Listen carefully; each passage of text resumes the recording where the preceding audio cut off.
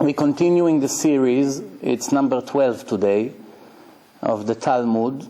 Last week was, Baruch Hashem, very interesting topics, and today also, Bezrat Hashem, also very good. We are in Masechet Yoma. Okay, we did Psachim, we did Rosh Hashanah, we did Shabbat, we did Brachot. Now we're in Masechet Yoma. Tanu Rabbanan. The Gemara says in Masechet Yoma, the year that Shimon HaTzadik, which was the Kohen Gadol in Bet HaMikdash, the year that he passed away, it's in the second temple, he knew already that he's going to die. Right? After he came out, every Yom Kippur, he goes inside Kodesh HaKodashim. If you remember in one of the lectures I explained that not every person can go there, only Kohen Gadol. And many Kohanim Gdolim, when they go in, they don't come out. Because the few minutes that you have to pray there, if you think about something you're not supposed to think, you fall and die. That's it, you cannot come out. Now what happened if a Kohen Gadol died inside? Nobody can come in and take him out. So they used to take a rope and tie it to his leg, and in case they see he's not coming out, they just pull the rope. That's how it was. So this is Shimon HaTzadik, which was a big tzaddik, big righteous person. He said, today, this is my last year. I told him, how do you know? He said, every year when I walk in, I see an image of an old person, all white, covered with white completely, staring at me. This year, when I went in, I saw an old man covered with black. So I know it's my last year this year. And he went in with me and didn't come out with me. The other one with the white one was always going in and out with me. And I knew that said it's going to be a good year. Right after Sukkot, he became sick. 7 days later, he died. This is Shimon HaTzadik. Then the Gemara continues. The Gemara brings an interesting story about Kimchit. Kimchit, what's Kimchit? She had 7 boys, 7 sons. Each one of them got to the highest spiritual level that it's possible. They become Kohen Gadol. Each one of her sons. If you have one son that is a Kohen Gadol, you walk in the street like a peacock from pride. My son is the Kohen Gadol. All 7 was Kohanim Gadolim. The Chachamim knew that it's not coincidence. There's something about her, that she had such a gift from Hashem, that she has such kids. I came to her and said, what is your zchut? What is your merit? Tell us. We want to learn. What are you doing that you got such a reward? So she said, I'm very careful with my modesty. The walls of my house never saw one hair from my head. It's covered completely. So even when she changed clothes and everything, she does it in such a modest way that nobody around where she's hiding see her. Nobody, and of course not even the walls of the house. That's how modest she is. And that's the reward. Rabbi Hanina ben Dosa. The Gemara now, it's all about one subject. We're talking about time of Bet HaMikdash. People goes to Bet HaMikdash. Okay. Rabbi Hanina ben Dosa is one of the Tanaim, very big Chacham, and also very poor. So poor, he hardly have what to eat. That's how poor he is. The Gemara says in Masechet Ta'anit that Rabbi Hanina ben Dosa is reviving the whole world. Hashem announced in heaven that the whole world is eating thanks to this righteous person. His name is Rabbi Hanina ben Dosa. And he that feeds everybody is eating carobs, charuvim, the worst food you can imagine. It's not even, it's like, supposedly it's fruit, but it's hard like a piece of wood. A little bit sweet. It's very dangerous to eat it, especially today, because it's full of bugs and worms, and have seeds inside. Believe me, it's the last food you ever want to eat. And there's nothing else to eat, that's what he eats. I don't know how his stomach wasn't cut to pieces all day to digest such food. But anyway, that's what he eats. He drinks water and that's what he eats. Because there's no food. So the Gemara brings a story about him. One time he walked on the street and rain started to pour on him. Okay, so he walks. So he said, Ribono shel olam, the whole world is enjoying now and I'm suffering. Your son Hanina is suffering. Right away, a minute later, the rain stopped. When he got home, he went in. He said, Ribono shel olam, the whole world is suffering and I'm enjoying. Now he's undercover now. So the rain came back. That's how the miracles that happened to him every day in his life was a normal thing. Today, if a person has a miracle once a month, he's so excited. Wow, you saw what miracle? Somebody like him, every day, a few miracles like this, nobody is surprised. One time when the Goyim came to destroy the temple, who was the head of them? Alexandros Mokdon. Alexandros, he occupied the whole world. He's famous. They teach about him in colleges even. He was a very famous leader. So he comes to destroy Bet HaMikdash. When he was on the way there, somebody ran to tell Shimon HaTzadik. Shimon, as I told you, was a Kohen Gadol. Shimon HaTzadik wore his clothes of Kehuna, Kohen Gadol. He took all the important people of Yerushalayim. They took torches with fire and they started to walk all night towards the direction when Alexandros and his army are coming. When dawn came, it was early in the morning, Amud HaShachar, before sunrise, they saw a bunch of Jews coming with their torches. So he said, now who called Alexandros to come to destroy Yerushalayim? There's a nation that called Kutim. Kutim, they hate the Chachamim, they hate the Jews, so they instigate. They say the Jews wants to rebel against you, you better destroy them now before it's going to be too late. So the Kutim is showing him the way now. They come to cooperate with him. So Alexandros saw the Jews, he asked them, who are those people? So he said, those are the Jews we told you, that they rebel against you. Once the sun rised, let's say half an hour or 40 minutes later, they came very close one to each other. When he saw Shimon HaTzadik, saw Shimon Kohen Gadol, he got off his carriage and bowed down to him. He saw him with his clothes. He bowed down to him. Now remember, this is the leader of the world. So the Kutim couldn't believe it. They say, you bowing down to this Jew? He says, every time when I pray before I go to fight and before I go into a war, for whatever reason I always saw the image of this person and now I see him in person. I see this image of this person and now I see him now. So you say to him, why you came here with these torches? Why you came all the way to here? What happened? So he says, we're afraid that you're going to make a mistake. You want to destroy our house over there, the house of God.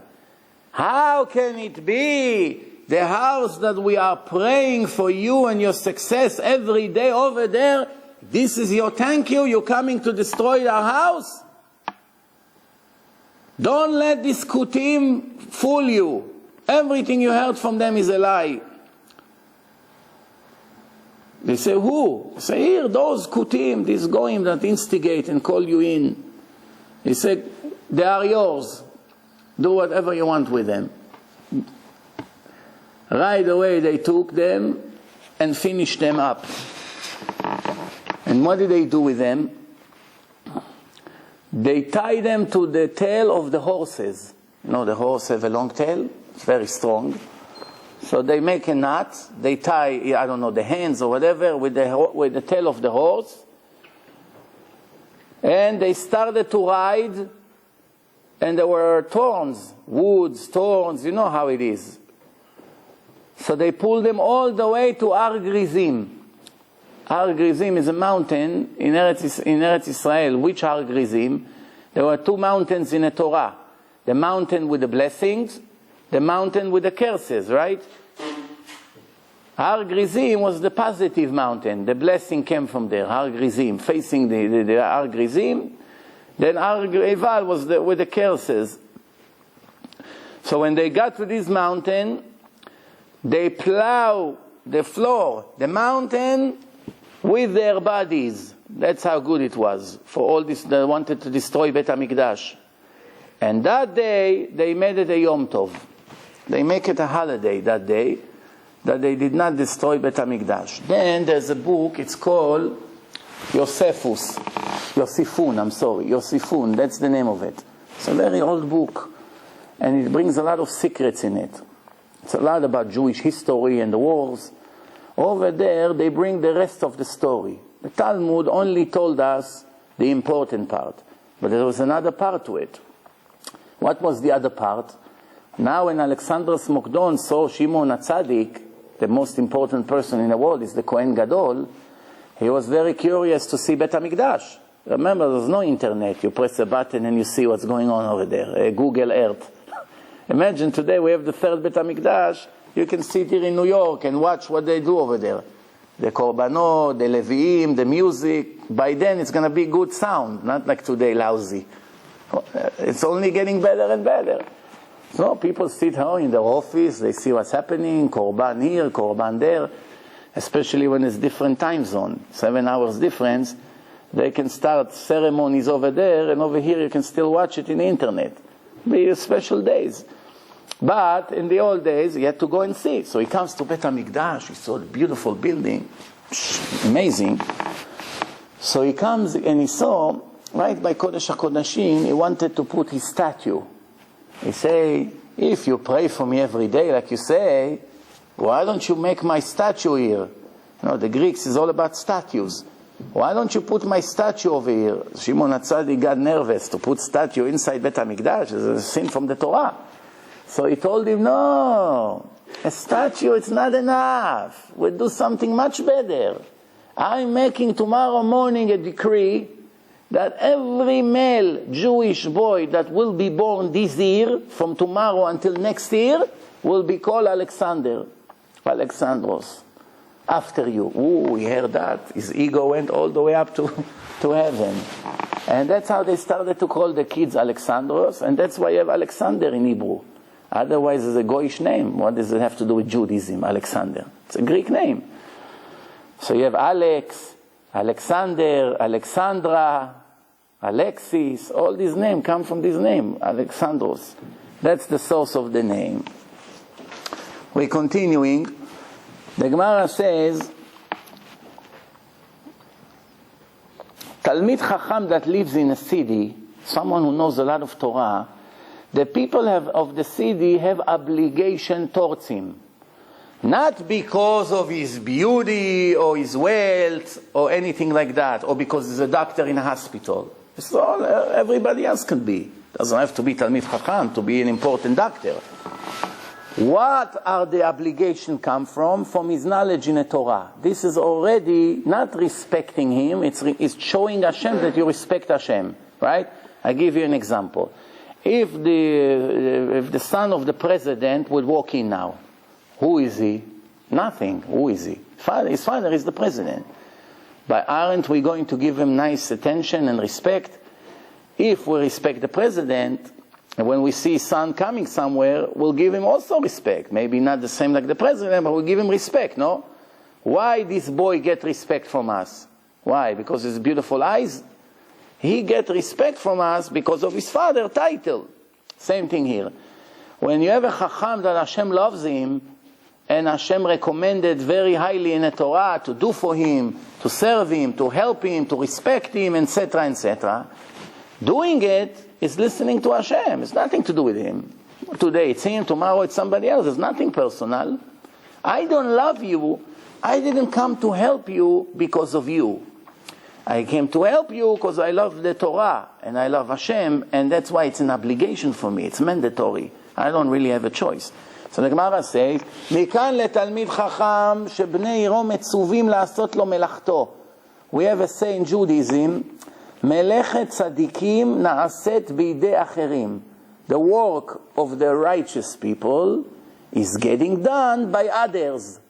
That's a different thing than here. It sounds very similar. What does it mean the work of the righteous people is getting done by others? It means if you are dedicate all your life to learn Torah and to do mitzvot, there are many things you need to do. You need to do shopping, you need to get a car, so you have to work, you have to do this, you have to do that. So the job that you have to do is going to be done by somebody else, which means you don't have to worry anymore, because Hashem will get you the right people that will do the job for you. But that's if you're really, really devoted. If you really do what Hashem said. If you have enough, nobody will do anything for you. But that means Hashgacha, the supervision of Hashem, that people will do what you're supposed to do. However, here it's something else. Here, we are talking about their obligation to do things for him. For instance, if they have to make a road, and now everybody in the neighborhood has to come move rocks to the side, because the horses has to pass by with the wheels, with the carriages. So now they announce, everybody in this neighborhood must come tomorrow morning and help to move all the rocks and make the road straight. Bring your shovel, and we'll make everything straight. They're not allowed to let him come. No, you go learn Torah. We didn't call you. What happens if he has merchandise? Let's say he's a diamond dealer on the side, or he has some diamonds he wants to sell, or rugs, or carpet, whatever it is. He comes to the fair, to the mall, whatever it is, the show, and he brings his merchandise. Everybody else that sells the same merchandise over there, they must move aside. They have to move to the side, close their merchandise, close their booth until he sells his merchandise. Once he sells his merchandise, then they're allowed to come back and sell what they have. What happens if there's a war? They don't call him. Even if they call the reserve, they don't call him. You sit and learn. We don't disturb you. So basically you see that he has hardly any obligations for the people. What happens if they have taxes? Let's say the Goyim come. It was very, very common that the Goyim come to a Jewish city and they say, we give you 48 hours to raise $500,000 taxes on the people of this city. Whenever they want. The king sends a note. Somebody comes with the soldiers, with a horse. He gives it to the chief rabbi or whoever. You have 48 hours. You have to come up with this money. Now, let's say you have 20,000 people living in the city. 4,000 families, whatever. Now each family has to give an equal amount, right? So the Talmidei Chachamim, they leave them alone. They don't take taxes from them. I once told a story that in Tiberia, in Tiberia, it's very close cities, the king wanted to get a necklace full of diamonds. It was a lot of money. So he came to the city of the Jews. He said, and that day it's going to be my birthday, I would appreciate to get a necklace for you. Which means if you don't give me the necklace, you won't be alive the next day. They don't give you that much of a choice. So now Rabbi Yehuda Anasi that wrote the Mishnah, he says that only the business people and the people who goes to work will pay for this necklace. Those who sit and learn Torah don't have to give a penny. So the people who works got very angry. Today we have the same arguments in Israel this week. They want to give 1,000 shekel, which is about $250, to the people who sit and learn Torah to help them. If they have more than 3 children and the wife does not work, they get peanuts from the kollel, from the yeshiva. They want to help them out, not to starve to death. So they want to give them $250 a month assistance. You should see what's happening today in Israel, how they demonstrate. They don't want, let them go to work, close the yeshiva, we don't care, we work. They have to go to work. They don't understand that they live and breathe thanks to these learners of the Torah. The secular Jews in Israel, if they only knew that everything that they have come from the yeshivot, from the Torah, they would not know where to hide from the embarrassment of the nonsense that they talk. But ignorance is a very dangerous thing, so they speak a lot of nonsense. In the meantime, it didn't start today. This is something that was 2,000 years ago. But 2,000 years ago, they didn't say, let them leave the Torah, or what do I care? No, they appreciate the Torah. But now they have to pay a lot of money for this jewel, so they say, well, let them also participate in a toll. So Rabbi said, no, they won't pay. So you know what they say? They say, we would leave the Tiberia. We run away. We take our belongings on a carriage and leave the town. We don't want to live here. He told them, you can go ahead and leave. Half of them the next day did it.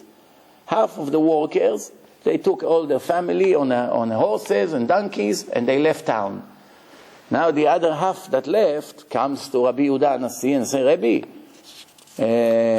What's going to be now? Who's going to pay for it? Before, we were X amount of people. Now we have to pay double? He said, of course. It's your responsibility. You have to pay. So they say, what? We're also going to leave town. You left only here, the yeshiva people. You won't have anybody who works in this town. He told them, you can go ahead and leave. You want to leave, you leave. They all got up, they made one hand together, and they left town. All the workers in the place left their homes and left town. 2 days later, the king sent a messenger on a horse. He changed his mind. He doesn't want the jewel. So Rabbi Yehuda Nasi wrote, he said, do you see what I was telling you? The whole decree came for them, that they don't learn Torah. They want us to pay for their mistakes.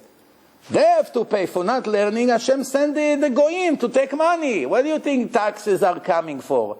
The Goyim put tons of taxes on us. Why? Because Hashem is not happy from us. Where does it say it in the Torah? Birtzot Hashem darkei ish, gam oivav yashlim imo. When Hashem is satisfied from the way of an individual, even his enemies are in peace with him. They surrender to him, they're very good with him, no problem. When the problem begins, when Hashem is not satisfied from what we do, you know,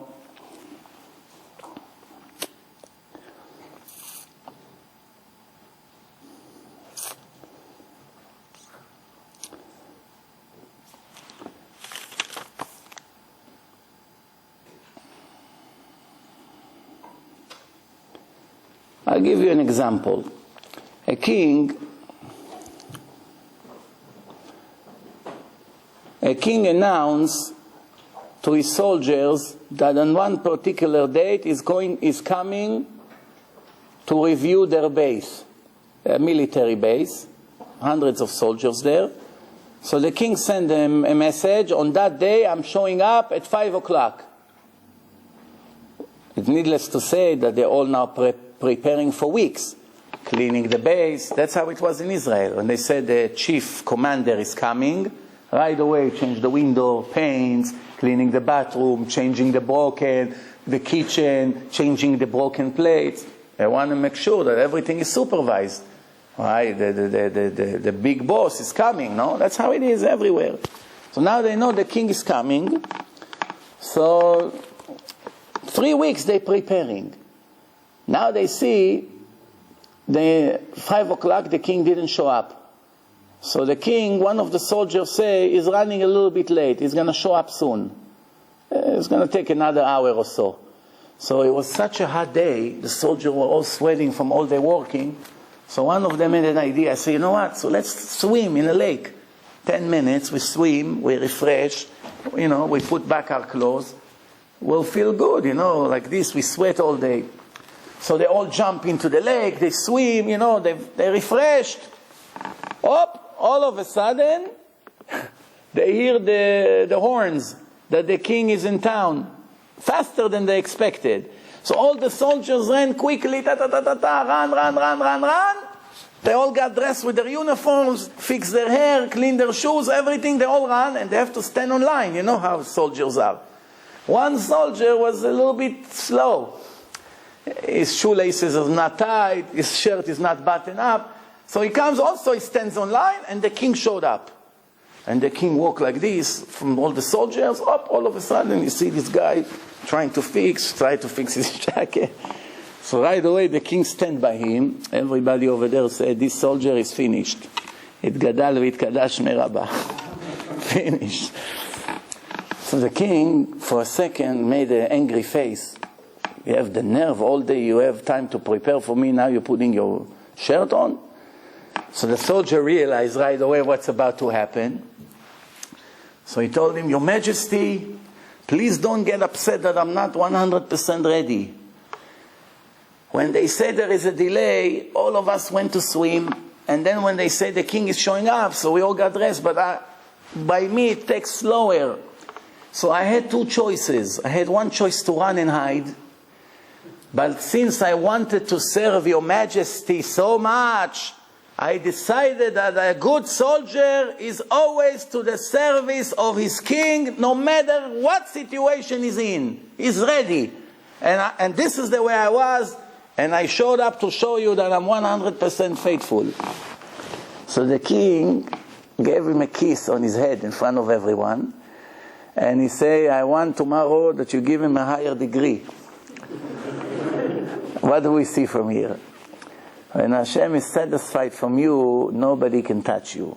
The problem begins, you have problems, you cheat, you lie, you sleep, you do nothing. Hashem begins to send people to you. What do you think? You know, it doesn't happen by coincidence. So anyway, we continue. So the Gemara says like this. אינו דומה מי שיש לו פת בסלו למי שאין לו פת בסלו. A person that has bread in his basket is not the same like someone who doesn't have a bread with his basket. Why the Gemara brings it? Because we have in Sefer Dvarim Ched, Deuteronomy 8, the Torah says, "Ama'achilcha man bamidbar," I fed you man from heaven, bread is falling every day. Leman anotcha. I'm strict with you. I'm choking you. I'm torturing you. There's ways to explain this word. Leman anotcha. It comes from the word inui. Inui means torture. Leman anotcha. Why am I making you suffer from this food? Chazal said that the food was delicious. It was a special bread that everything you think on your mind, this is what you feel. You imagine sweet, it tastes sweet. You imagine salty, it tastes salty. So wow, what's the torture here? There's few different tortures here. One torture is that you don't feel something real that you bite. You know, when you bite your steak, you chew the steak, you enjoy the chewing. Over here, it melts in your mouth. You just put it in, up, it melts.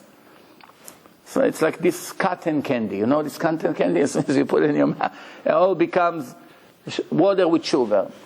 That's one problem. So they complain about that. Second problem is that not everybody felt the same.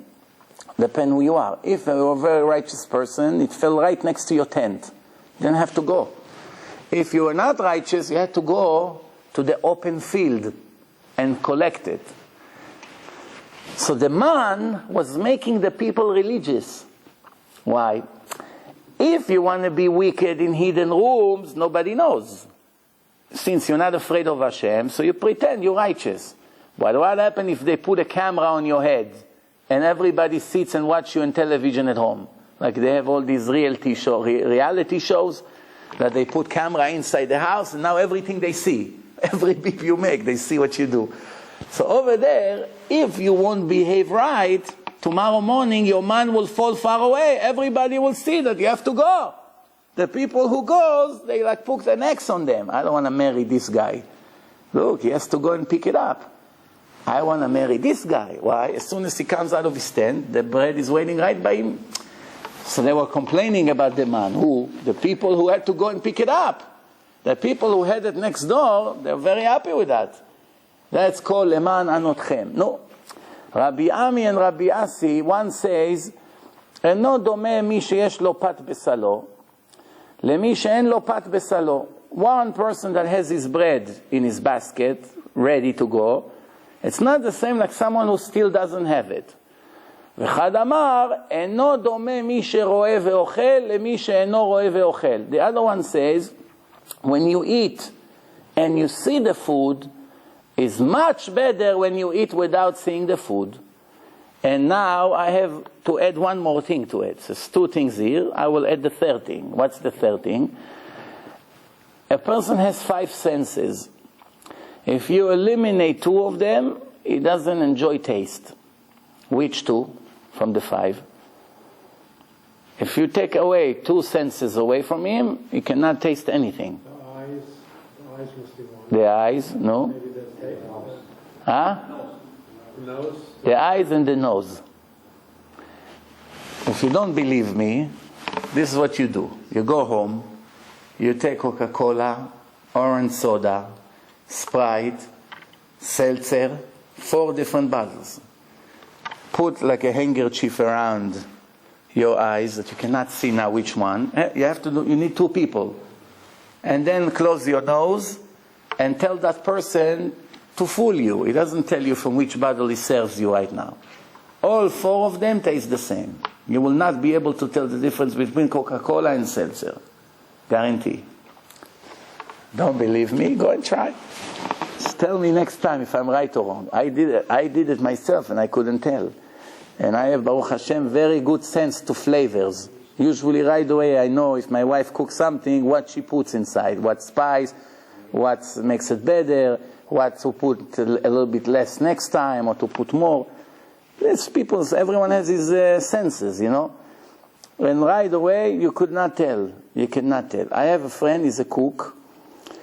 He has a problem with his nose. He had an accident, so he cannot smell.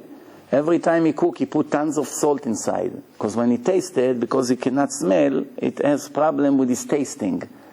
He's a cook. But one time he had an accident, from that day, he has no more senses to sugar or to salty. If it's a salty food, you know right away it's extra salty. If it's sweet, it's like a candy. You know, full of sugar. Why? The smell affects you. Okay, no.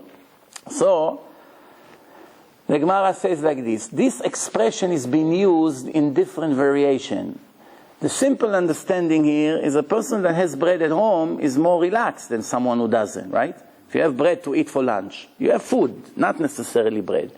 Then you now worry, at least for today I have what to eat. I can sit and learn, I can do whatever I need to.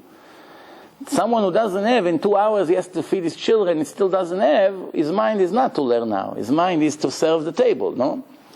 But there's another hidden secret here. They are talking here about someone who has a girl and someone who doesn't have a girl. Someone who is married and he has a girl, she is saving him from the sins, right? If it's a person who likes to go make sins, since he have a wife, and he's allowed to be with her in a kosher way, so automatically she takes away all his sins that he was supposed to do if he wouldn't have a wife. That's why they use this expression, pat besalo, because it's a clean language. The Torah always speaks in clean language. And when the Torah wanted to speak about, it's called Lashon Sagi Nahor. Sagi Nahor in Aramaic means blind person. What does it mean, Sagi Nahor? It means he has a lot of vision. What a lot of? He's blind. The Torah always uses the opposite things to make it positive. We'll give you an example. Like the Torah wants to say that God forbid a curse come on Israel, so this is the way they describe it. And the curse will come on the enemies of Israel. But who do they mean really? They're speaking about the nation of Israel. But they don't want to even bring it up, to bring it as a possibility to the enemies of Israel. But everybody understands that they're talking about Israel. Or, I'll give you another example. When they speak about a girl that made a sin, she's not married and she went with a man and made a sin. So what's the status of this girl according to the eyes of God? This woman lost her kashrut, her certainty of a kosher woman does not exist by her anymore. So that's called, in a way, it's a prostitute. Even though she didn't do it for money, prostitution today, it's for money. But in the eyes of Hashem, it's just making the sin, is already prostitution. So the Torah doesn't want to use this word, so the Torah says Kdesha. Kdesha means holy, Kdosha. What holy? She's the last thing in the world and holy. But since the Torah doesn't want to speak about a Jewish girl in such a bad way, so the Torah says, Lo tiyeh becha Kdesha. Kdesha, I mean, everybody understands, because the Torah describes what sin she just made. But when they want to name her, they name the opposite. You see, this is always a positive language. Same thing, you can say the glass is half empty, that's negative speaking. You can say the glass is half full. You say the same thing, right? Or one person came to Rav Chaim Kanievsky a few months ago. He's the chief rabbi in Bnei Brak in Israel. He told him, Rabbi, I want you to curse my brother. Put a curse on my brother. So the rabbi said, what happened? He said, my parents died before we came to Israel. We just arrived to Israel. They were in one country. And my parents left us $5 million. And I came to Israel before my brother, and my brother said he has a way to bring the money to Israel without getting caught, without running into problems. When he arrived to Israel a few weeks after me, I told him, where is my 2.5 million? He pretends nothing happened. He said, what are you talking about? You're crazy? I'll put you in a mental house. What 2.5 million? They left only $100,000, nothing. What is this? You're dreaming? When did you see our parents had $5 million? Playing games with him. No matter what he did, he doesn't want to give him the money. What did he do? They offered him to buy a hotel that needs renovation, and the price of the hotel with the renovation, $5 million, in a fancy place. So what happened? He went and bought the hotel in the meantime, and this brother got nothing. He's poor, there's nothing. He came here with nothing. He comes to Rav Chaim Kanievsky, he said, I want you to put a curse on my brother for what he did. So Rav Chaim Kanievsky told him, I never in my life cursed a Jew, and I'm not intending to do it ever.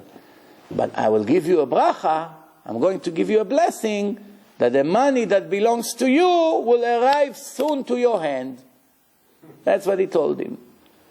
3-4 weeks later, the hotel went on fire and it wasn't insured legally yet. Because in Israel, it's not like here. You call the agent, 2 hour later, he sends you a fax, you're insured. Before they saw the place, before they know what you have, you can tell them anything you want. Until they send somebody to take picture, it can be 3 weeks. In the meantime, you're insured legally. Oh, Israelis are a little bit more clever. Right away, they want to see what you're selling them. Maybe it's nonsense, maybe there's nothing. They're not going to give you any document. They come, they evaluate the price, and they decide if they want to insure you, for how much, what's the premium. That's how it goes. Since it takes time, it's not insured, the hotel went on fire. Electrical short, the whole hotel is on flame. But the city that told this brother, the thief, that after the hotel will be ready, they will use him and they will forward him all the workers, all the vacations, everyone to that hotel, because they appreciate that he took this neglected hotel and now he's going to bring business to town. It's good for the city, it's create jobs. So they promised him that they help him out. Since the hotel became like this, he went to them. Amazingly, they offered him a one-time help instead of the other deal for $2.5 million to fix the hotel. So at least, even though he was a crook, at least he had a Jewish conscience. When he saw that they sent him a check for $2.5 million, what can be more clear than that?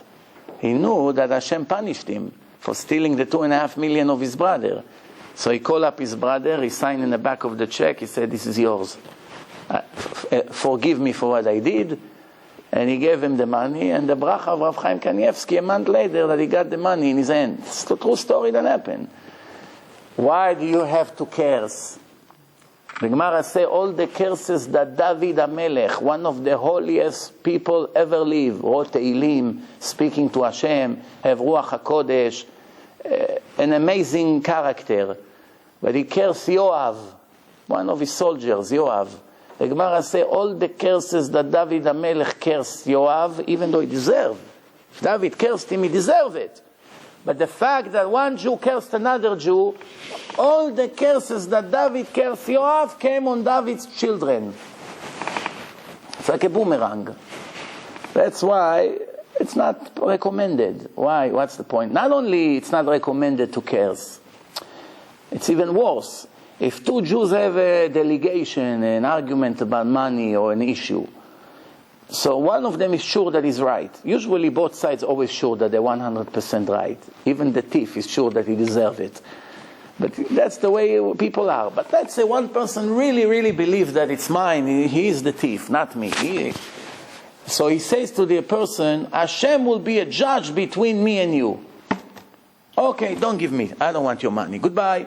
Hashem saw everything. God's going to be my witness. He's going to be the judge between me and you. Saying this, opening your file right away. Not his file. His file later. First yours. If you're blaming him from being a thief, when is your words will be effective against him? If you are clean in the same sin. I mean, if you're not a thief, then Hashem will take care of him. But if you are a thief, he will take care of you first. Why? For the chutzpah that you have. That's why I always laugh when I hear people talk. Why don't you go to that grocery store? No, he's a thief. Let's see, his prices are a little bit more expensive. So he says, he's a ganav. Lo koneh sham. Ganav. He's a thief. And the person who speaks usually is 1,000,000 times bigger thief. Because that guy maybe is expensive. He charges 10% extra, 15% extra on his price. Maybe his rent is double. Maybe he gives more money to his employees. There's always reason for it. Maybe he's just greedy. There's a difference between being greedy and being a thief. Being greedy, it's a sin. Being a thief, it's a much bigger sin. But this guy, he cheat his customers from left and right. Sell them fake one, this, that, stealing, cheating. But I don't buy there. Why? He's a thief. No. Saying about him he's a thief, and you are the same, oy, oy, oy, what you bringing to yourself. So the Gemara continue. The Gemara says like this.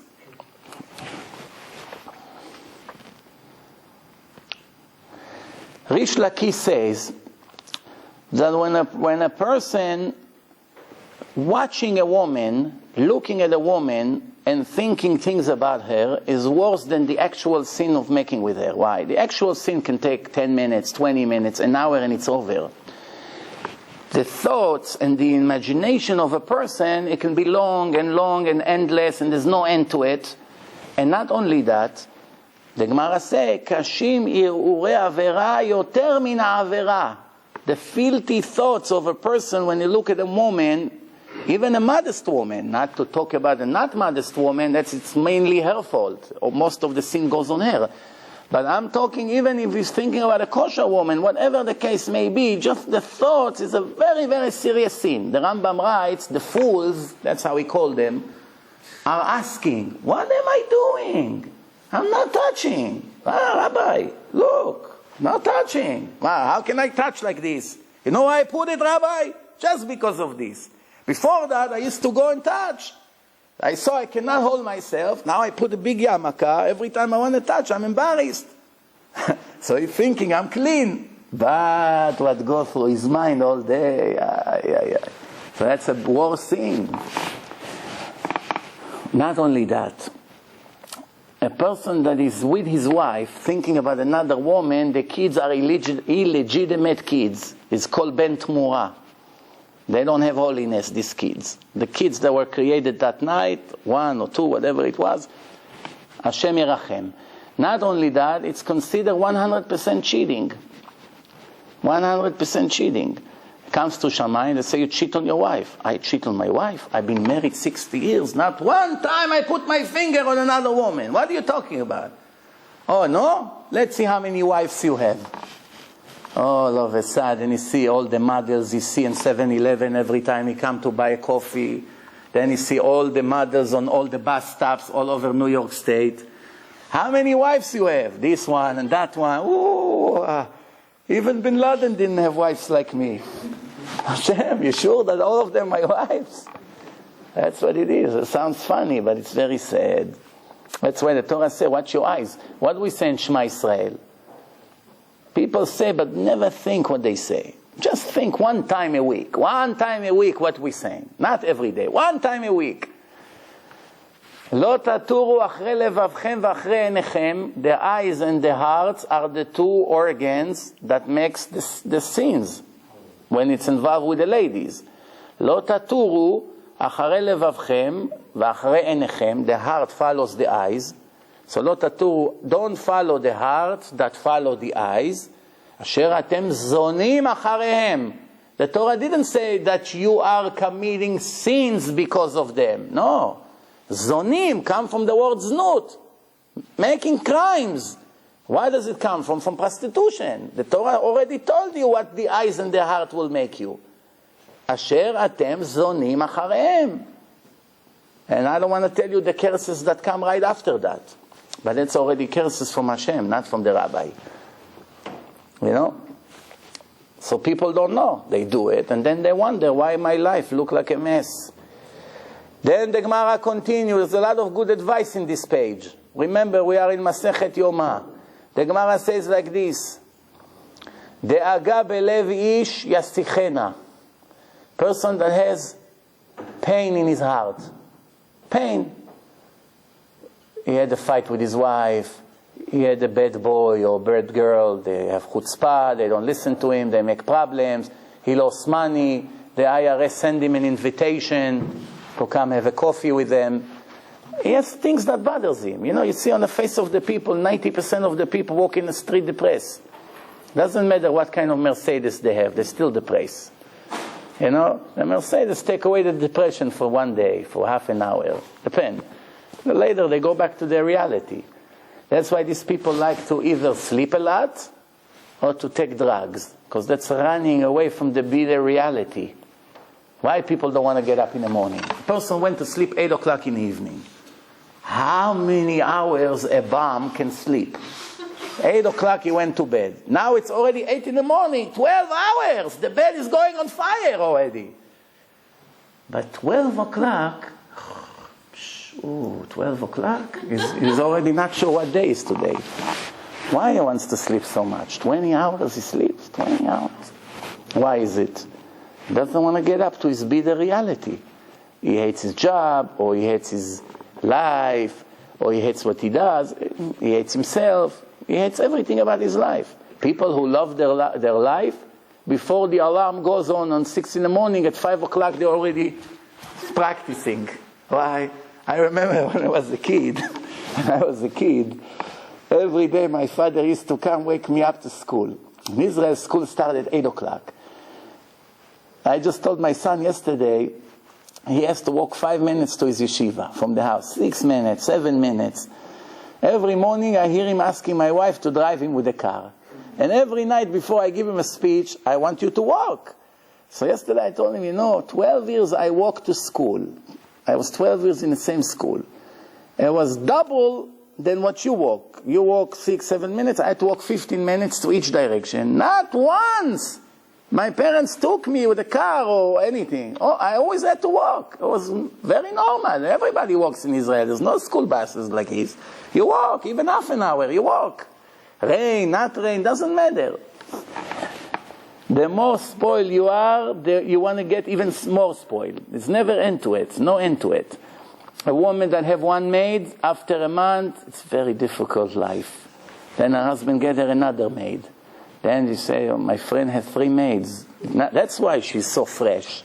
Then she has 3rd maid, and she gets more depressed. That's how it is.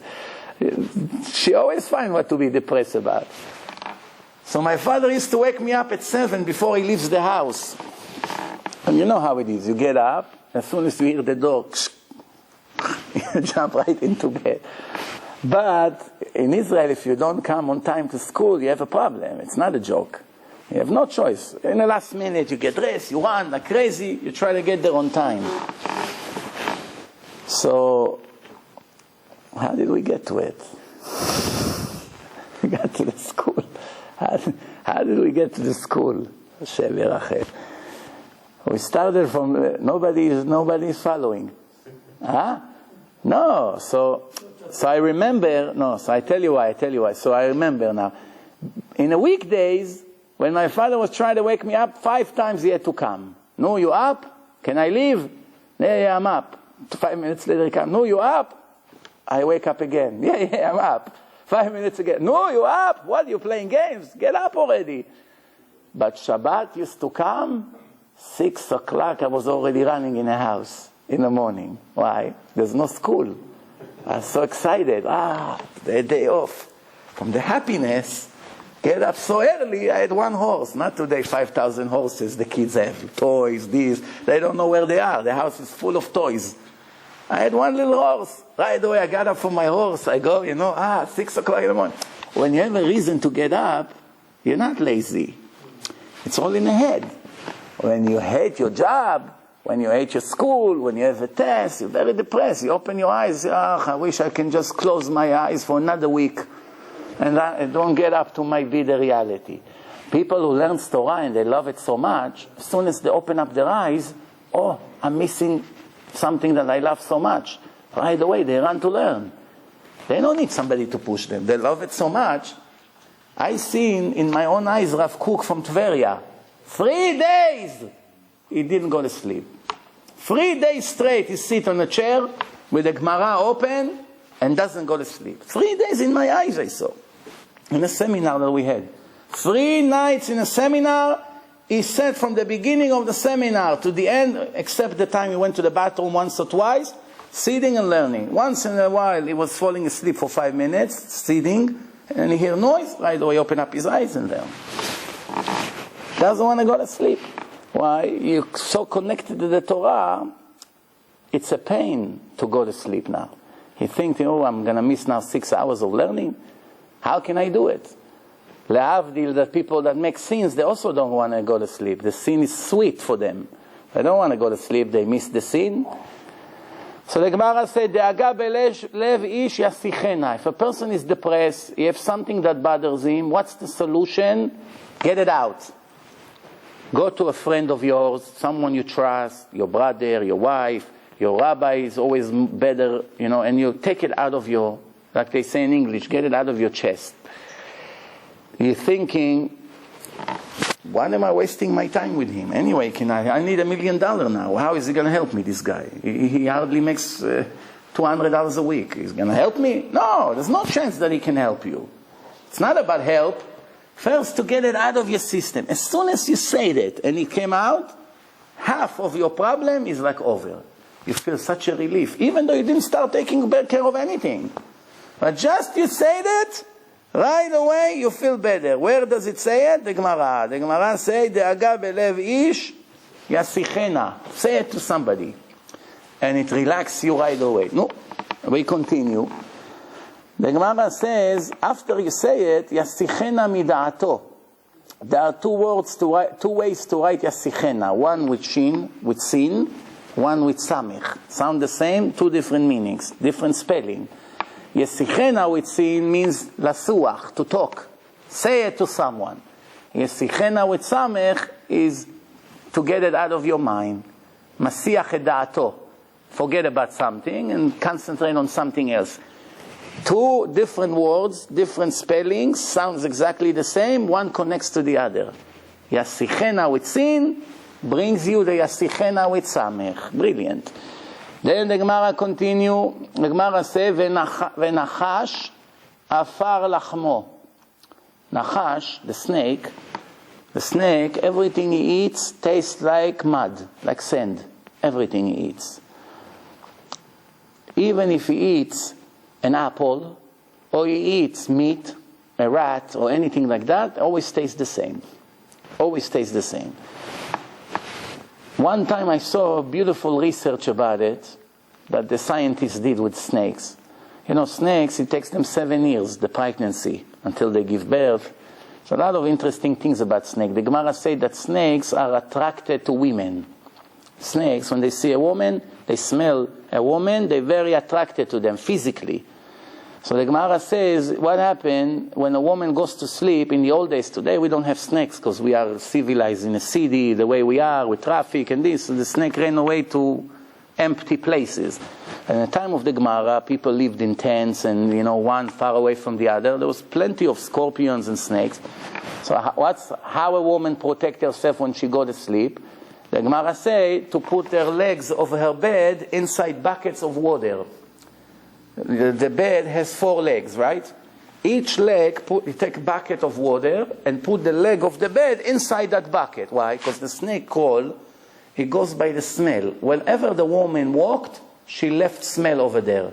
Her trunk on the floor, especially in the days that they had sand on the floor, he smells it and he knows how to find the woman because he's blind, he cannot see anything. He doesn't have eye vision like us, so he goes by the smell. He recognizes the smell of a female. Once he gets to the bucket of the water distracts him. He cannot smell anymore, so he doesn't know what to do.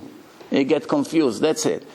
Or if a snake is running after a woman, is crawling after a woman, you may think, well, so the woman runs very fast. I have news for you. You know how fast they crawl, the big snake? Before you realize, they fly like a tiger. They go like this. Before you move, whoop, they choke her, and at the end of Hashem Yerachem. So what's the solution? To take her top close, and throw it to the side. As soon as she does it, the smell of that move by throwing it on the floor will get him. It's very interesting. In the Air Force, when you fly an F-16, they have something that's called flares. The pilot, when they shoot a missile at him, the missile follows the heat, right? The missile, it's infrared. It's flying after the heat of the engine. So when the airplane is flying, the missile, no matter where the plane is going, the missile is changing in the air because it's like a magnet. It goes after the heat. So how do you fool the missile? You send few flares down. The heat of the flares is just as bad as the engine, and the missile gets confused, and it goes after the flare, and the pilot gets saved. Same thing here. She throw one of her clothing, whatever she has, a jacket, a sweater, whatever, she throw it out. The snake goes over there, it doesn't touch her. So I saw a research, which is very interesting. What's the research? They let a snake eat a big rat, and then they took also same big rat, but they covered the rat with diaper. But not the diaper, the temporary diapers, the one time, the disposable that we have today. A diaper that made from real cotton. They took it and they wrapped the whole wrap completely, the head, everything with this, and they put them together, and the snake ate the one that covered with the cotton, with the wrap, just like this, no difference on the taste. With it, he eats it. He doesn't feel the difference. Very interesting. So Hashem said, the snake cares after he made Adam and Eve make the sin, that Hashem cursed him, everything you eat will be sin. Chazal ask, what kind of curse is that? He has sand, he can eat sand and be always full. Doesn't have to worry about his living, his parnasa. Imagine if we're hungry, we can pick up sand from the floor, put it in the mouth, and we're full. Don't have to worry. Ah, Baruch Hashem. No, I don't need millions on the side to feed my children and this. Baruch Hashem, we're hungry. Give me 1 minute. I go down, I bring a bucket of sand. Here, kids, come. Give me your plate. Finished. So it's not a curse, no? The curse is, I'll give you a story you understand. A father has 10 children. One of them is very bad. All of them are good, but one is very bad. And the father has $1 million, which he wants to give each one of them 100,000. He's very sick already. He has few more days to live. And let's say few more months to live. So he called up the bad boy, and he say, here, takes out a check, $100,000. Here is your share. Get out of here. I don't want to ever see you. Don't ever come to me. I don't want to hear from you. No phone calls, no letters, no. Take it and beat it. Goodbye.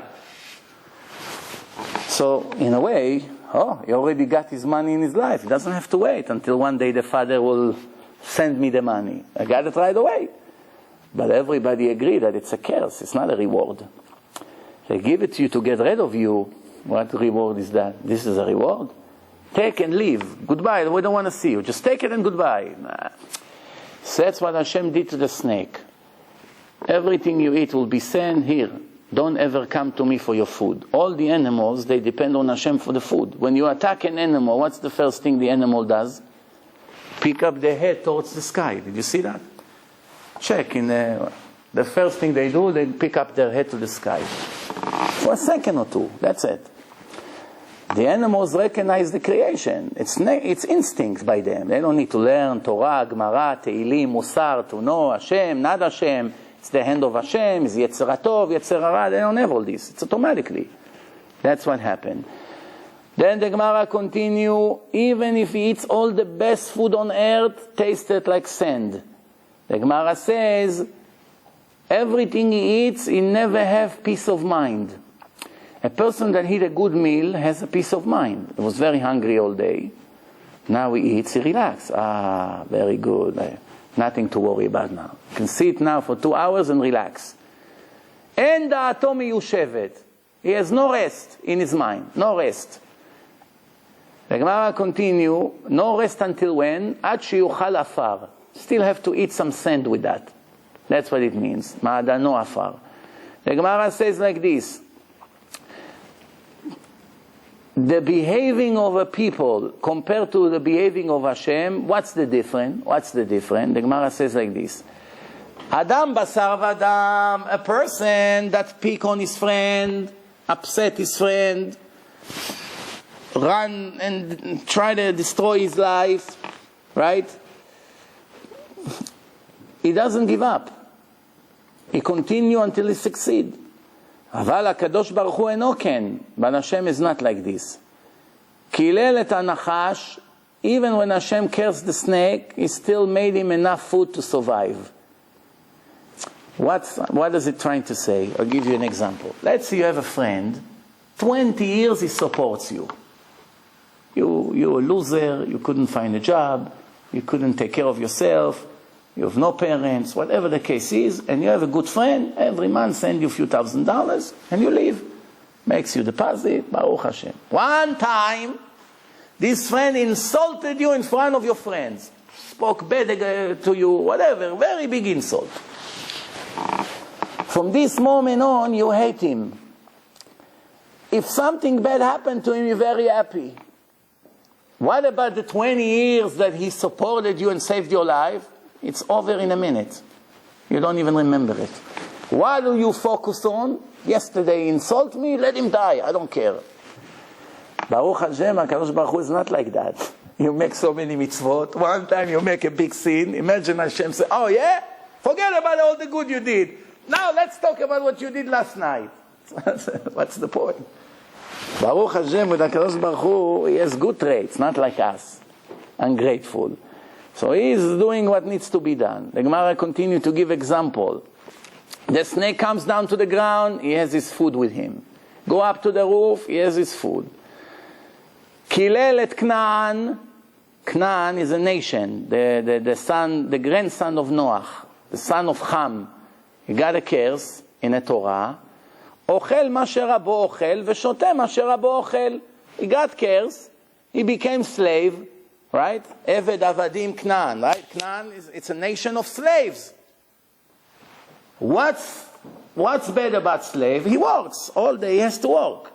But what's the curse of the slave in the Torah? What does it say? The slave have rights. If the master eat the best steak, he must give the slave the same steak. If the master sleep in a gold bed, the slave sleep in a gold bed. If the master has a special whatever mattress, the slave has the same mattress. He has rights. Doesn't need the union here to drink beer with chocolate donuts and read newspapers all day and make us stay in traffic forever. Union. No union, no business. We hold you from here, the companies are bankrupt. The slaves don't need it. And now how you become a slave? What's the possibility? You come to sell yourself because you cannot make money on your own. So you come to someone and say, tomorrow I'm going to be for sale in the auction. Please come and buy me. I want to be your slave. He come, he bid on you. You become his slave. You offered yourself. That's one way. Other ways, you stole money. It's not like today they give you a prize. You turn on 1010 News. Hurry up! The laws of bankruptcies are about to change. Apply today. We will show you how you can waive all your debt and become free. A school for liars and thieves, this country. And not only that, they announce it every 5 minutes in the media, and nobody even think, what's going on here? This guy owe money to people. What? This is their life. Come, we'll teach you how to get rid of them. We'll clean your credit. You'll be new. Please, in Israel, they're not so dumb. You owe money, that's it. They don't leave you. But over there, they took rule. With the interest and the things, they destroy you and never leave you alone. Here it's not good, and there it's not good. You have to find the right way. So the Gemara says, you see, the slave, he has rights. Hashem cursed him. Eved avadim, but the slave has rights. No, very good. Even in the punishment, there's mercy. What else? Kilel et haisha, hakol ratzim acharea. Eve, Chava, was cursed. Right? בעצב תלדי בנים, ואל אישך תשוקתך. You're going to be depend on your husband. You're going to be after your husband. If a husband say to his wife, you know, honey, you gain weight, he destroy her for 20 years. Forget it. If he tells her, you have to learn how to cook for my mother, you know what happened to her now? If she can, she jump from the window. Go check how my mother do it. Take the recipe for my mom. It's destroying her. He tell his wife, go learn from my mother how to cook. So, it's the mother calling to give her the recipe. But everyone is after the women. They run the world, no? The whole world, billions, trillions of dollars. The lady runs the world. That's it. If a wife wants to get something from her husband, he's sick. Can I talk to you? 2 minutes later, she has a new car. You know, they run the world. הכל רצים אחריה. קילל את האדמה, curse the ground. The life of everyone depends on the ground. הכל ניזונים ממנה. The curse of Hashem is not like the curse of a person that wants to bury you and never see you again. He leaves you a window. Close the door and open another one. That's the mercy of Hashem. When people come to Moshe Rabbeinu to judge between them, how does he know who is right? A husband and wife need shlom bayit. Today, every 5 minutes, phone call. Shlom bayit, shlom bayit, shlom bayit, shlom, all day like this. Shlom bayit, shlom bayit. I spoke, my last lecture on a website, I spoke about it for about 40 minutes of the lecture, just about the problems in the shlom bayit. We don't have time for this now, but Moshe Rabbeinu, supposed to today, compared to today, had an easy job. He didn't have to start investigate. He said, okay, go home, come back to me tomorrow. What does he do? He goes, when the man is falling, he see, if the man of the wife falls in her husband's house, that means the husband is right. She has to stay home. If it falls in her father's house, that means she's right. She takes the kids and go over there. And Moshe Rabbeinu tells them, separate, because your man fell over there. That means that's where Hashem wants you to be. Send you your food over there. Finished. Okay. Before we finish, the Gemara says, ויצאם ולקטו, this is what I said, צדיקים יורד להם על פתח ביתיהם. The righteous people, the man falls right by the door. The entrance to their tent, they come out, it's ready. The wicked people, they have to go all the way. What else? The righteous people, it's ready to eat. The wicked people, they take, they grind, they make, the whole the preparation. צדיקים לחם, בינוניים עוגות, רשעים טחנו ברחיים. The wicked people have to grind it. It felt like wheat, hard wheat. Did you ever try to eat wheat? It's 5,000 dentists. One bite from the wheat breaks all your teeth. You saw wheat? How hard it is? Wheat? Grain? That's what it is. Now the Gemara says like this. The Gemara says like this. Amar Rabbi Yoshua ben Korcha. I think Rabbi Yoshua ben Korcha was the rabbi of J.C. Penney. J.C. was in his yeshiva. You know, J.C. dies as a Jew, putting tefillin, everything. So one time J.C. went with Rabbi Yoshua ben Korcha on the way. They got to some place. They saw beautiful ladies standing there. So J.C. told the Rabbi, look what pretty girls over there. Even today the students won't tell the Rabbi, look over there, there's pretty girls. What Talmud Yeshiva go with his Rosh Yeshiva? Obviously that's not what he says. So Rabbi, maybe you find me a shidduch over there. Huh? Maybe you find me a shidduch over there. So the Rabbi said, oh, you're looking at the ladies, huh? Don't come to yeshiva tomorrow. Go make tshuva. And that's how the problem began. From that day, we had the Inquisition, we had all the problems we suffer from the Christians, started that day. Send him away. One time he came back to the yeshiva, he wanted to apologize. The rabbi was in the middle of Shema Israel. When you're in the middle of Shema Israel, you're not allowed to talk or to wink or to make any signs to people. And he saw that the rabbi staring at me and not moving, not getting up, not telling me to come in. Oh yeah? Okay, you don't want me back? I'm on my own. And he went and collected all the miserable people from the street. That's how it started. Even that's how it described in the New Testament, who were his students. He collected them from the street, and he became the Baba JC.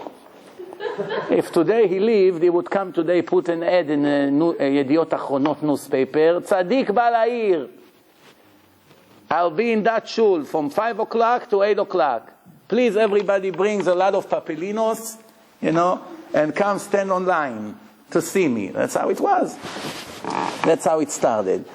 So then, the Gemara says like this, Lechem shesha'alu ka'ogen, bread they ask in a fair way, in a decent way. Nitan lahem ka'ogen, Hashem gave it to them in a decent way, in an easy way, falling right there. Basar shesha'alu ka'lo ka'ogen, they wanted meat, what for? Desire. Bread, you need to survive. Meat is luxury already. Why? Anyway, you taste it in a man. What do you need? Real meat? Luxury. Desire. They got the meat, shelo ka'ogen. They were eating the meat and dying. An epidemic. Mikan limda Torah derech eretz. From here we learn manners in a Torah. That a person when he eats meat won't be a pig. Lunch, breakfast, meat. Lunch, meat. Dinner, meat. All the time meat. You want to eat meat? Eat at night. Not good to eat meat. Not for breakfast and not for lunch. Why? Makes you fall asleep. Meat is very hard to digest. 10, 20 minutes after you eat meat, you begin to snore. Why? Why you fall asleep after the chulent on Shabbos? What's going on here? Because all the blood goes to the stomach to help the stomach in a very hard operation. To break the meat, to digest it, you need a lot of energy. So all the blood goes to the stomach. And the head is very heavy. He doesn't get the energy that he needs. That's why you want to eat meat, eat at night. Anyway, 2-3 hours later you go to sleep. No, so when you sleep, you don't need that much energy when you snore. You can snore without energy. Tanu Rabbanan, Ubara she'iricha basar kodesh. A pregnant woman walk in the street, in 42nd Street, and the Pakistani guy makes shish kebab. In the boots over there, in the wheels. So she smells it now. So she smells either basar kodesh, meat that they sacrifice in Bet HaMikdash, she's not allowed to eat. It's not for her. For the Kohanim, so it's not for her. Or besar chazir, or pork. Pork. So they come to her and they say to her, they tell her it's not kosher, or if it's Yom Kippur today. They talk to her to try to calm her down. Because a pregnant woman, when she has desire to eat something, is dangerous for the baby also, not only for her. The Gemara says, if there's no choice, אין לך דבר שעומד בפני פיקוח נפש. If there's nothing helps, it's the life of a baby is in a risk. If you need to eat non-kosher food to save your life, you're allowed. You have to. Unless if it's avodah zara, the Gemara says, if you have to bow down to an idol to save your life, you're not allowed. גילוי עריות ושפיכות דמים. The Gemara asks, we have one last minute, so let me just finish this page and we'll finish for today. The Gemara says, שאלו תלמידיו את רבי שמעון בר יוחאי. The students of Rabbi Shimon Bar Yochai, he is the one who wrote the Zohar. Actually, Rabbi Abba wrote the Zohar. He was his main student, but everything what he was teaching him, he wrote. שאלו תלמידיו של רבי שמעון בר יוחאי, מפני מה לא היה יורד להם לישראל מן פעם אחת בשנה? Why Hashem had to bother every day rain of man? Just once a year, send a pile of man. Everyone who wants to eat, come and eat and finish. They make a huge pile. When I go to Toronto, to Canada, over here, if it snows 1 feet, over there 15 feet. When you go there, a few times I was there in the winter, you see on the side of the road such piles of snow, it's like 2 floors building. So much snow. So make piles of man. These piles, if the snow was man, it's enough for millions of people for 5 years. The amount of snow they have over there. Over there, if you don't have 4x4, you cannot have a car. It's Canada over there. So make a big pile and finish. Amar emshol lachem mashal. Let me give you a mashal, an analogy. What is it like? A king, a man that is a king, he has a son, a prince. And he told him, once a year you come to me, I give you a bunch of cash. It's enough for you for the whole year. When would the boy come to see him? Once a year. So the father, all year waiting to see his son, when will he see him? The day of payment. When he comes, he gives him the money. So the king saw, what is this? No. From now on, every day you have to come and get your money. Like this, every day, see his son for 5 minutes. Same thing, HaKadosh Baruch Hu. If he will give us our parnasa, our living in Rosh Hashanah, right? Rosh Hashanah, you decide how much we get. The next day you go to your bank account, wire from heaven. Everyone is wire. Next wire, next Rosh Hashanah. Do you think one Jew would ever pray? Most of the prayers today, parnasa, help, parnasa. Deal is not running smooth. Business is bad. What's going to be? Allow me. I want to buy this house. I want to buy. This business is for sale. Help me. Get me. Do it. No customers coming in. If you want to make parnasa, read Teilim in a store. Right away, the Satan will send you customers. I'll finish with a story that happened to me. One time my friend, I met him through the business. He had a shish kebab restaurant in Queens Boulevard. So, in those days I used to work for a bank, so I came to offer him a service from my bank. I see an Israeli Yemenite guy. We sit with few Yemenites over there, drink coffee, speaking about Hainda. And we started to talk business, and then after I sold him the service, that's it, I became his second wife. Because he doesn't know how to call customer service, so I became his personal trainer. Every problem he has, he called me. Well, how do I change paper in a computer? How do I do this? What happened? I pressed this button and the screen is like this all day. Phone conversation. So I said, if I knew it's going to be like this, I have to add a zero to the price for the long time service. Anyway, somehow we became friends. And the restaurant has no customers. Mamash no customers. No matter what time in the day I used to come there, empty. Empty. You see the whole gyro of the shawarma is still like in the morning. No, they didn't cut. It's all black already. I feel bad for the guy. There's two twins over there sitting. Mamash the same face. You look at him, you're not sure which one is what. Mamash a copy. And then another Yemenite guy that his wife was an important lawyer, something here. He sits there all day, drink coffee and smoke cigarettes and speak Lashon Hara all day. So about 4 or 5 people, the same people every day. Same thing. Every time I show up, I see the twins, that Yemenite guy, and the owner of the restaurant. That's it. No customers. So, one time, 4 guys showed up. They sit over there and they're really eating. I said, first time I see a table in this restaurant. Apparently, 2 of the guys I used to know from a long, long time. Hi, Lior. Hi, Manishma. We sit, we talk. Long time no see. I see none of them is religious. And I see not religious people. It's like the cats see a mice. Right away, I join them. We talk this and that. Why you walk like this with the hair, this, that? Go have a haircut. We're starting with the hair. So you know what, I'm going to take a haircut, no problem. Then we talk about what are they doing. They're working for a guy that has a poker machine. In those days, it used to be a hit.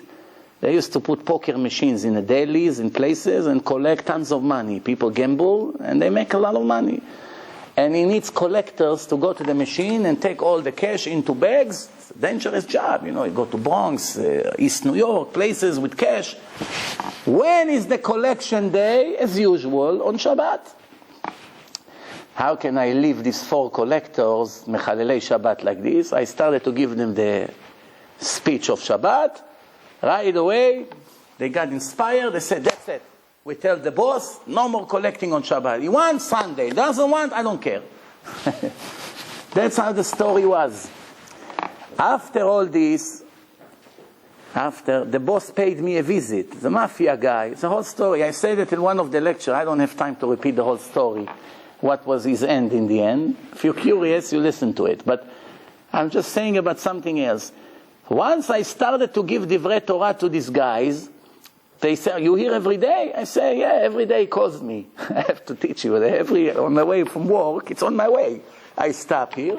Okay, why don't we come again? We'll talk." I said to the guy, "Where you live?" He said, "In Bayside." "Make me a lecture. Bring all your friends." We're starting to refresh our relationship.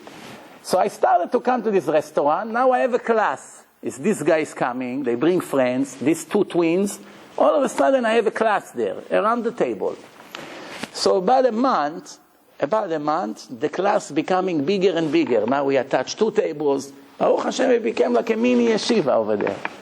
All of a sudden I see the place starting to have a lot of customers. Tables, people coming. So I say to myself, wow, the way things are, in a week or two he's going to come and tell me I need a table. Exactly a week later, he comes to me. Achi, brother, forgive me, huh? You're all sitting here, you're catching the table. Look, people are standing. So I say, how sweet is the word of Chazal. To prevent a Jew from learning Torah, the Satan will give you any amount you want. Just don't open your mouth and say divrei Torah. You want customers? When your business is dead, sit and read Tehillim. Asher yeshveh betecha od yado chasela. 2 minutes later, 2 Chinese guys will come in. How much? Right away. Right? The Satan go crazy. Look, the Jew has nothing to do. He learns Torah. There was one rabbi, every morning in Shachrit, every morning, it's not a fake story, real story. His wife was on a store all year. But twice a year she went on a show for 1 week. She goes on a show, and he's all year is in yeshiva. But the week that she goes on a show, she asked him to be in a store. So the week, twice a year, that he had to be in a store, in the morning he was praying to Hashem, "I'm begging you, please don't send any customer today." He wants to sit and learn. Customer, show me this, cut for me this, wait here. So I'm begging you, please, no customers today.